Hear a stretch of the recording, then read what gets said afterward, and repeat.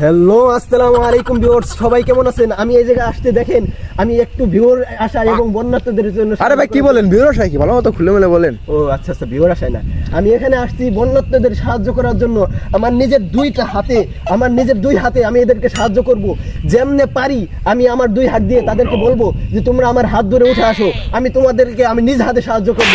আরো দেখতেছেন এইখানে ভাই ধু ধু মরুভূমি, মানে বিশাল পানি, যেহেতু পানিতে মানুষের থাকতে একদমই অসম্ভব হয়ে যাইতেছে।